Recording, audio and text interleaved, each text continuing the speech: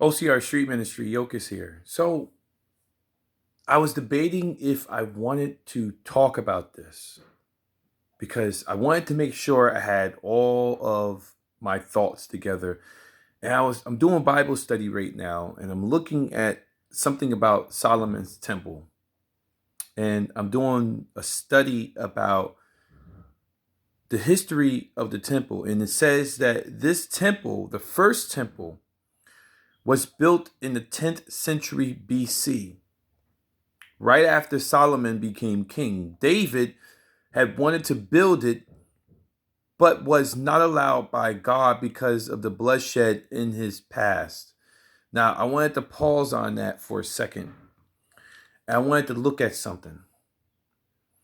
And I wanted to see something. So I was sitting here and I was doing a typology in my mind. And I was saying, what if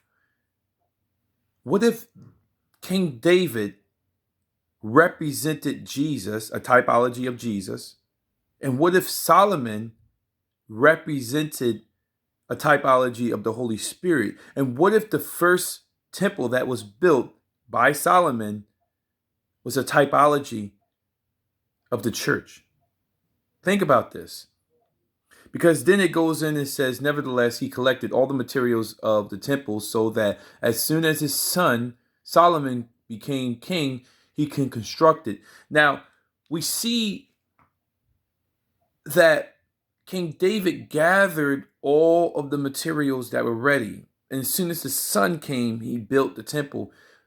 Now, if we look back in the New Testament, we see that just follow me here. You know what I'm saying? I'm just speaking this out in the open. We see that the apostles waited upon the Holy Spirit to come. Just think about this for a second. Let me know what you guys think about this.